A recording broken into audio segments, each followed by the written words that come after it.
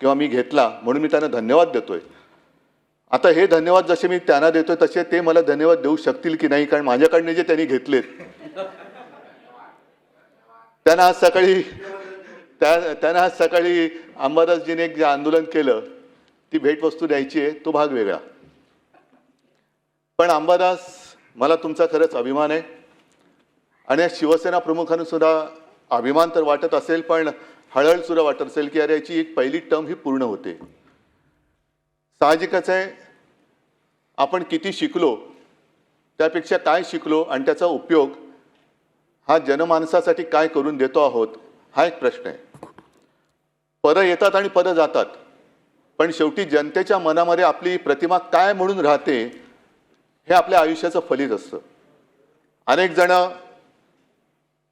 धडपडत असतात की मला पद मिळालं पाहिजे, माझं पद टिकलं पाहिजे. पद टिकवण्यासाठी म्हणजे आता जसं उल्लेख झाला की अंबादास तुम्ही सोन्याचा चमचा घेऊन जन्माला आला नाहीत, पण भरलेल्या ताटाची प्रतारणा पण केली नाहीत. ज्यांनी ताट वाढून दिले त्या पक्षाची प्रतारणा पण केली नाही.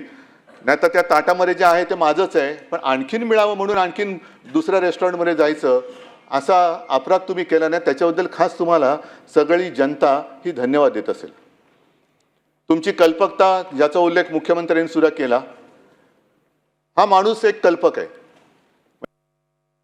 काही ना काहीतरी करत असतात आणि अभिनव पद्धतीने करतात. आता isakal.com आहे देशातील नंबर 1 ची मराठी न्यूज वेबसाईट. प्रत्येक अपडेटसाठी isakal.com ला नक्की भेट द्या.